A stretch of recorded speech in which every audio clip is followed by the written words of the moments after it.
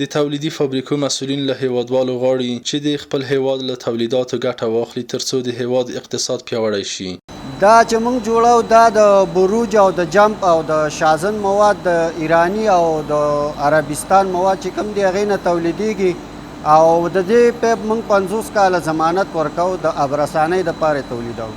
صداقت مومند د اوبو رسولو د سیستم لپاره د کاریدونکو پایپونو تولیدي شرکت د کابل په صنعتي ښارګوټي کې فعالیت لري چې لسګونو کسانو ته پکې د کار زمینه هم برابره ده او د ښه کیفیت لرونکي د اوبو پایپونه تولیدوي.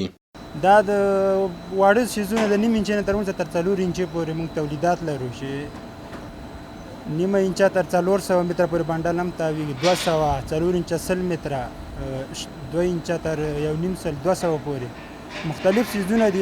څوک چې څه رقم اډر ورکړي همغومره موږ تولیدات کوو ورته 1.5 په کار شي 200 متره په کار شي او غټ څیزونه تر 4 انچه هغه 100 متره پورې له موږ بنډل کوو.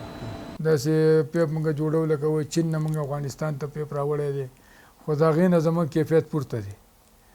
د پاکستان نه م راوړی دی د هغې پیپ نه زموږ د کیفیت پیپ پورته دی.